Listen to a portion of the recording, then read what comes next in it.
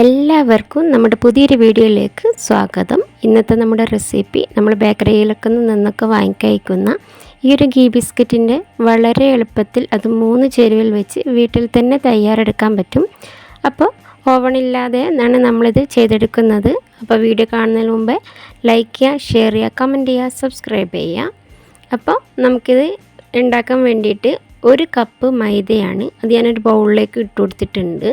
ഇനിയിപ്പം ഒരു 7 table spoon പഞ്ചസാര പൊടിച്ചത്, അത് പാകം മധുരമായിരുന്നു കേട്ടോ.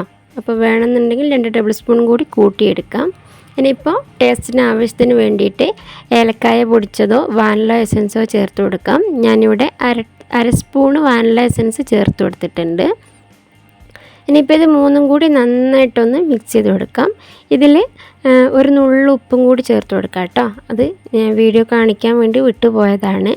ഇനിയിപ്പോൾ ഞാനിവിടെ ഒരു 1/4 കപ്പ് ഗീ നന്നായിട്ടൊന്ന് ഉരുക്കിയെടുത്തതാണ്. ഇതുപോലെ ഉരുക്കിയെടുത്തിട്ട് ചേർക്കാൻ വേണ്ടി ശ്രമിക്കുക. അപ്പോഴാണ് അത് നന്നായിട്ടൊന്ന് കുഴച്ചെടുക്കുന്ന പാകം നമുക്ക് മനസ്സിലാവും.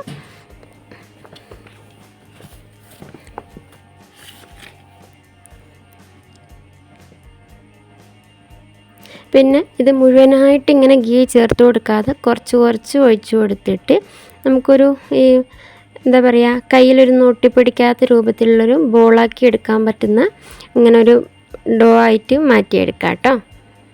അങ്ങനെ നമ്മുടെ മാവ് ഇവിടെ റെഡി ആയിട്ടുണ്ട്. ഇനിയിപ്പോൾ ഇത് ചെറിയ ബോളാക്കി എടുത്തിട്ട് ഈ ട്രേയിലേക്ക് നമുക്ക് മാറ്റി കൊടുക്കാം. പിന്നെ ക്രാക്കില്ലാണ്ട് ഇതിങ്ങനെ ഉരുട്ടിയെടുക്കാൻ പാകത്തിനായിരിക്കണം മാവ് തയ്യാറാക്കി എടുക്കേണ്ടത്. അപ്പോൾ അതും കൂടി ഒന്ന് ശ്രദ്ധിക്കുക കേട്ടോ.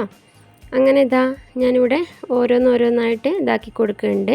പിന്നെ മേലെ ചെറുതായിട്ടൊന്ന് പ്രസ് ചെയ്ത് കൊടുക്കുക പതിയെ. പിന്നെ ഒരു ഇത്തിരി ട്രേയിൽ വെക്കുന്ന ടൈമിന് കുറച്ച് വിട്ട് വെക്കാൻ വേണ്ടി ശ്രമിക്കുക കേട്ടോ. അങ്ങനെ ഞാനിവിടെ എല്ലാ ബിസ്ക്കറ്റിന് വേണ്ടിയുള്ള മാവ് ഞാനിവിടെ ഉരുട്ടി വെച്ച് കൊടുത്തിട്ടുണ്ട്. ഇനിയിപ്പോൾ ഞാനിവിടെ ഇതുപോലൊരു പാത്രത്തിലേക്ക് തട്ട് വെച്ചിട്ട് അതിലാണ് ഇറക്കി വെക്കുന്നത്. അപ്പോൾ എൻ്റെ പാത്രം ഇതിലേക്ക് ഇറങ്ങാത്തത് കൊണ്ട് ഞാനൊരു സ്റ്റീലിൻ്റെ ഒരു പാത്രത്തിലേക്ക് മാറ്റിയിട്ടാണ് ഇതിവിടെ ബേക്ക് ചെയ്തെടുത്തിട്ടുള്ളത്. അങ്ങനെ ഒരു 35 to 40 മിനിറ്റ് ആകുമ്പോഴേക്കും നമ്മുടെ ബിസ്ക്കറ്റ് ഇവിടെ റെഡി ആയിട്ടുണ്ട്. നല്ല ടേസ്റ്റി ആയിട്ടുള്ള പെട്ടെന്ന് ഉണ്ടാക്കാൻ പറ്റുന്ന കുറഞ്ഞ ചേരുവകൾ വെച്ചിട്ട് മാത്രം ഉണ്ടാക്കിയ റെസിപ്പിയാണ്. അപ്പോൾ എല്ലാവരും ഒന്ന് ട്രൈ ചെയ്ത് നോക്കുക. പിന്നെ വീഡിയോ മുഴുവനായിട്ട് കാണാൻ വേണ്ടി ശ്രമിക്കുക കേട്ടോ. അപ്പോൾ സപ്പോർട്ട് ചെയ്യാൻ മറന്നു പോകരുത്. അപ്പോൾ അടുത്തൊരു പുതിയ വീഡിയോ കാണുന്നതിലേക്കും ബൈ.